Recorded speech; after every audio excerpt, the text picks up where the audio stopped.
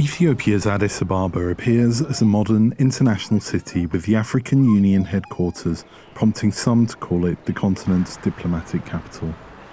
But rights groups say tensions are boiling beneath the surface from Ethiopia's war with Tigrayan forces that saw thousands of Tigrayans last year arbitrarily arrested and abused after the government claimed some Tigrayans in the capital of being undercover agents. VOA spoke to a Tigrayan man, his identity hidden for safety, who said he was released in February after being jailed in the capital for 3 months in a makeshift prison. The police might have mood swings that you might get kicked. There are a lot of ways we were kicked. I personally also was kicked one day for doing nothing. I did nothing. I was about to take a shower. Guys who were kicked a lot of times. They only need a reason to kick you. Rights groups like Amnesty International say ethnically motivated detentions increased days after the government declared a state of emergency in early November following threats by Tigrayan forces to attack the city. Samur, who declined to give his full name, says he fled to Uganda in March after being held for nearly 3 months in a prison in Addis Ababa.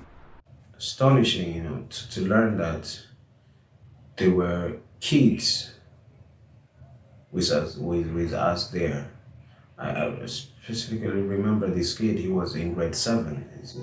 He barely began high school, and he wasn't even born in Tigray. His father is a Tigrayan, and his mother is not even Tigrayan.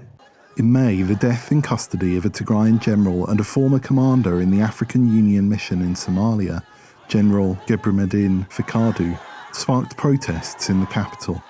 Reuters reported in June at least 15,000 Tigrayans were detained between November and February, and that 17 died in custody, some after being taken from the capital to a prison in the town of Mizan Teferi.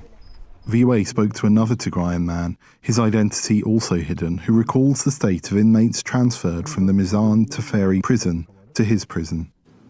5 prisoners had to share 1 loaf of bread and 2 liters of water for 3 days. That means 1 glass of water per person per day. All were in terrible condition. They were very hungry and thirsty.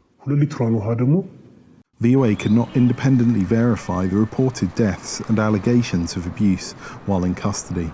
The state-funded human rights organisation, Ethiopian Human Rights Commission, claims all Tigrayans held arbitrarily in the capital have been released. All the arrests, mass arrests, and that happened during that period are connected in relation, in particular, to the state of emergency. Have ceased since the lifting of the state of emergency around February. Yes, to our knowledge, all the people have been released. Ethiopia lifted its 6-month state of emergency in February, but the Commission in late June confirmed reports that 9,000 Tigrayans are still being held in the town of Samara and called for their immediate release. Ethiopia's government did not respond to VOA's request for comment, but has in the past denied any ethnically motivated arrests or abuse of Tigrayans.